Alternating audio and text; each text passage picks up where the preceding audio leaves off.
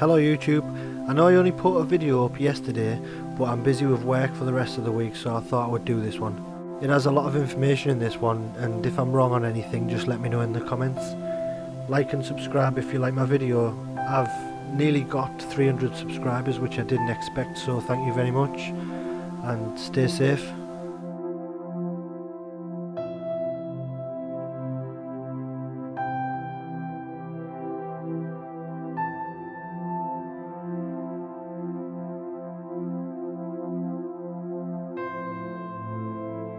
This mine was officially called Ayton Mine, but to the locals and the employees of the mine it was always called Monument Mine.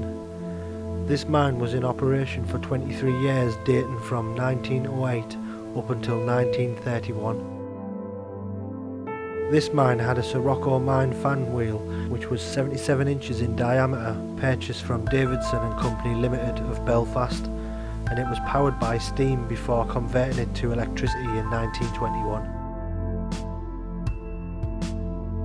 Two drifts were constructed between 1911 and 1912, and they used the board and pillar system to extract the ironstone. This is a diagram showing the pattern that they used. Eventually they would remove the pillars and the roof would be left to collapse, producing a gulf, which is an area where all the ironstone has been removed.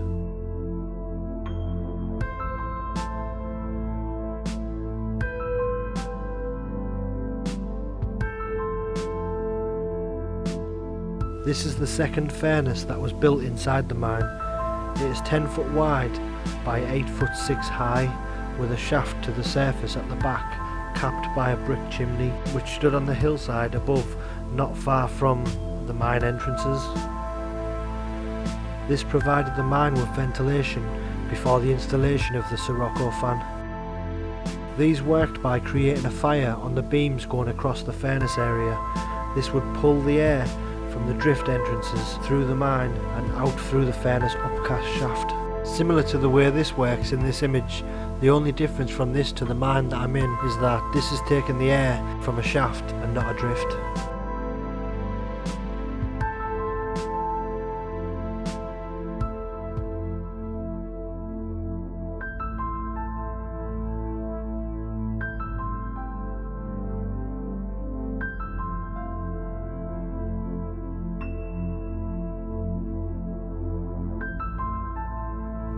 This is the return airway drift.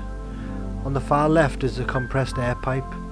Next to that is the fresh water pipe, and on the right is the discharge pipe from the pumps underground.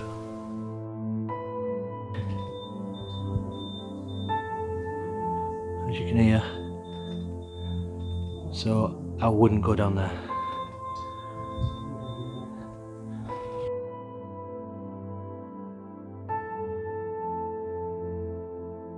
This is the first built furnace. It's a lot smaller than the second. The grate width was 5 foot 3 inches. This furnace was used for ventilation before the Sirocco fan was installed also. This furnace dates back to the opening of the mine around 1908. This is a map of the early ventilation workings before the Sirocco fan was installed and the other drifts were dug out. It is located here, 68 yards inside of the drift. From this furnace it's possible to cross over into another drift, which was the main haulage way. This is the main drift. In this section there are remains of the haulage and signalling cables.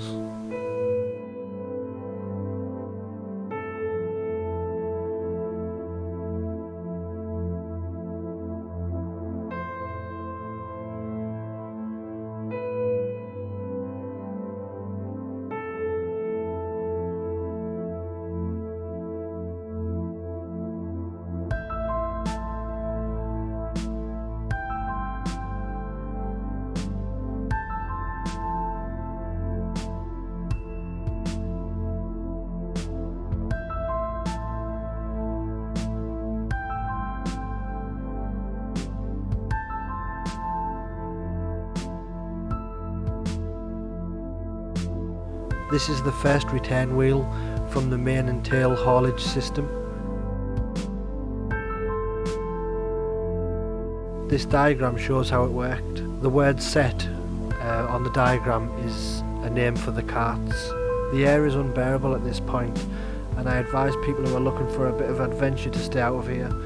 Without proper equipment you will not survive long stood in this position, or even if you go beyond this point of the mine.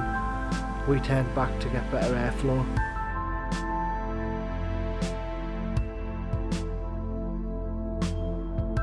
We headed into another drift which runs parallel to the last. In here we found these remains of another haulage system with cables. The haulage cable in this drift pulled wagons from 3,640 yards in up to 760 yards in, where they were then transferred onto the main haulage cable, and this took them out of the mine.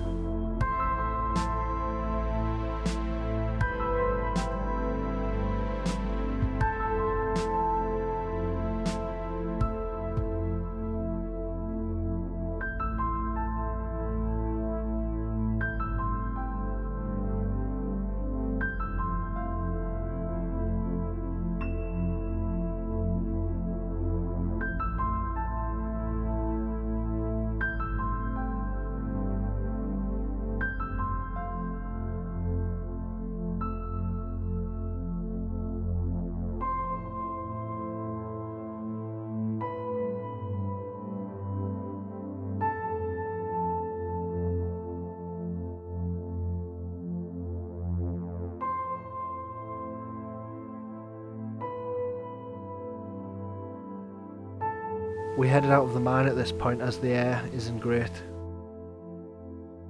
This was my final trip to this particular mine, as I've visited it numerous times and I've seen all that I can see now. So thank you for watching, and hit the subscribe button for more, and stay safe.